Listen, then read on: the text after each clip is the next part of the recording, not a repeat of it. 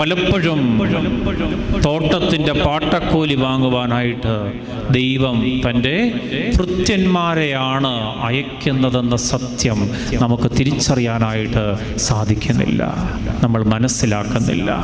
രണ്ടാമത്തെ മറവിയെക്കുറിച്ചാണല്ലോ ഞാൻ പറഞ്ഞത്. മൂന്നാമതായിട്ട് അന്ത്യമായി ഒരു ന്യായവിധി ഉണ്ടെന്നുള്ളത് ആര് മറന്നുപോയി? ഈ പാട്ടക്കാര് മറന്നുപോയി.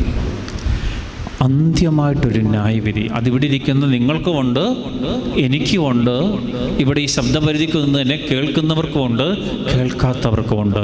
ദൈവത്തിൻ്റെ കണക്ക് പുസ്തകം എപ്പോഴും ടാലിയായിരിക്കും. നിങ്ങൾ ആരും തെറ്റിദ്ധരിക്കേണ്ട ദൈവത്തെ കബളിപ്പിക്കാമെന്ന്.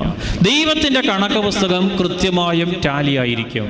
അതെങ്ങനെയൊക്കെ വന്നാലും അവസാനം ടാലിയാക്കുക തന്നെ ചെയ്യും. അന്ത്യമായിട്ടൊരു ന്യായവിധിയുണ്ട്.